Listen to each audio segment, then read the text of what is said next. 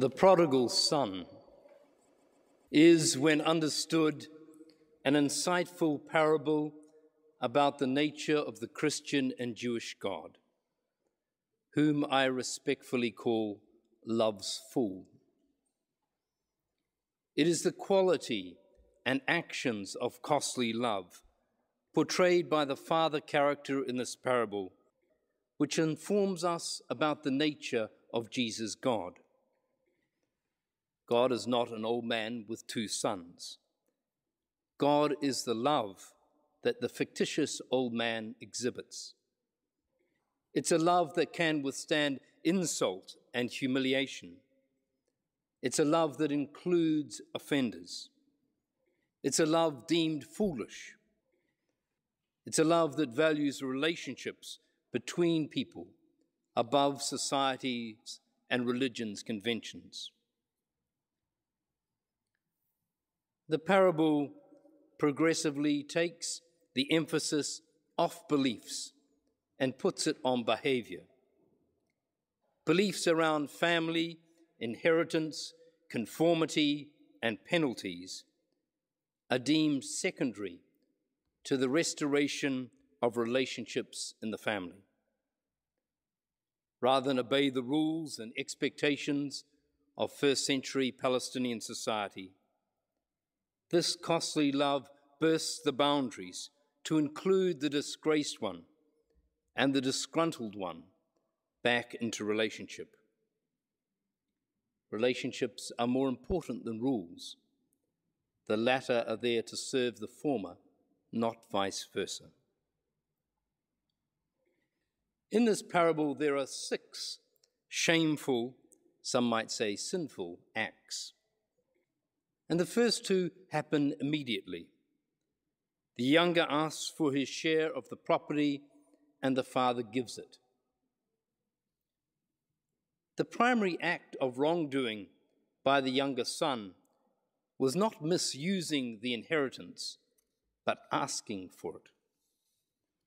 When he asks for a share of the property, it is tantamount to wishing his father dead, for property usually passed on to the next generation only after death. The second shameful act in the story is the father's. In granting his younger son's request, the father shows himself to be a fool. He chances losing his honor, his support, and his control. In ceding a third of the estate, that's what the younger was entitled to, the father also puts in jeopardy the financial well-being of the whole unit.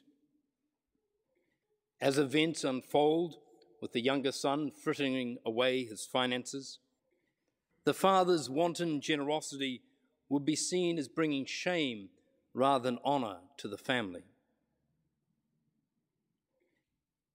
The restless son came to the loving father and insulted him by demanding the resources to be free. The son did not want to be caged by family responsibility and duty. The loving father, like many parents over the centuries, thought of the consequences of denying the request. Then the father, knowing his other dependents and neighbors would think him foolhardy and irresponsible, yet also knowing that satisfying relationships can never flourish where there is coercion, took a deep breath and said yes. Love bore the cost. The third shameful act was the younger son's squandering of the inheritance. It's portrayed in the story as self-destructive.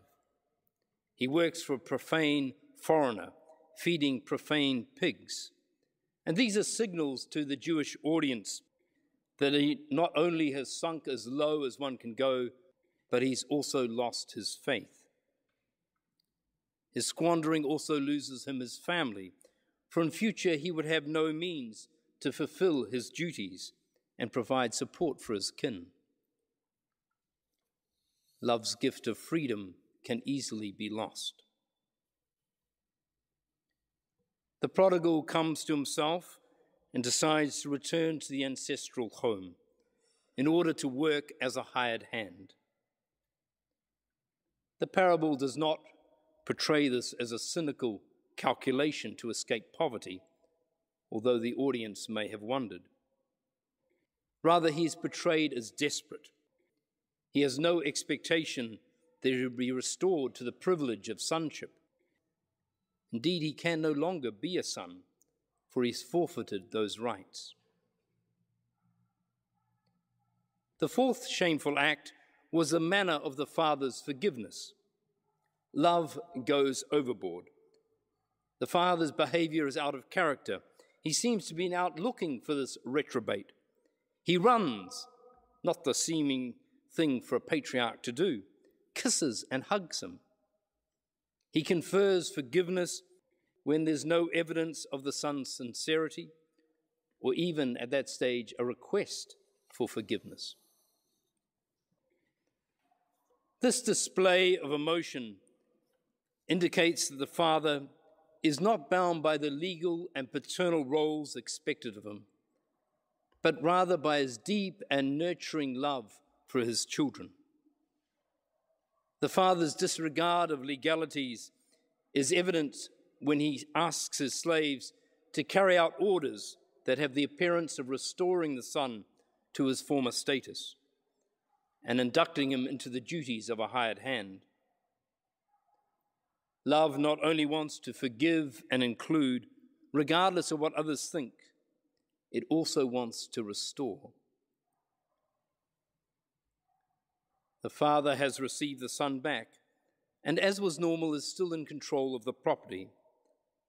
The welcome means that the younger can be supported from the property as long as the father lives. In a limited goods society, however, the youngest has not only wasted a third of the communal resources, but by being received back will ultimately be a financial burden to the detriment of his older brother. The fifth shameful act is that of the elder brother.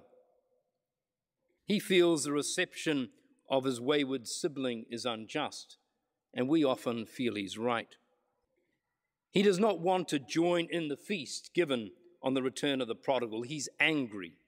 Love's gone too far and forgotten its responsibilities.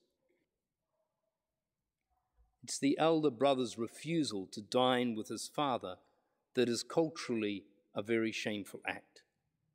Just as the younger shamed the patriarch in asking for his inheritance, so the elder shames his father by not eating with him. He too violates the fourth commandment. The elder sees the father as having brought dishonor on the family by ceding to the son's request and welcoming him back. He sees his younger sibling as having brought dishonor in both his request for his inheritance and his squandering of it. The prodigal has further shamed the family, according to the elders, by consorting with prostitutes, therefore compromising the family's bloodline. The story is quite clever at this point.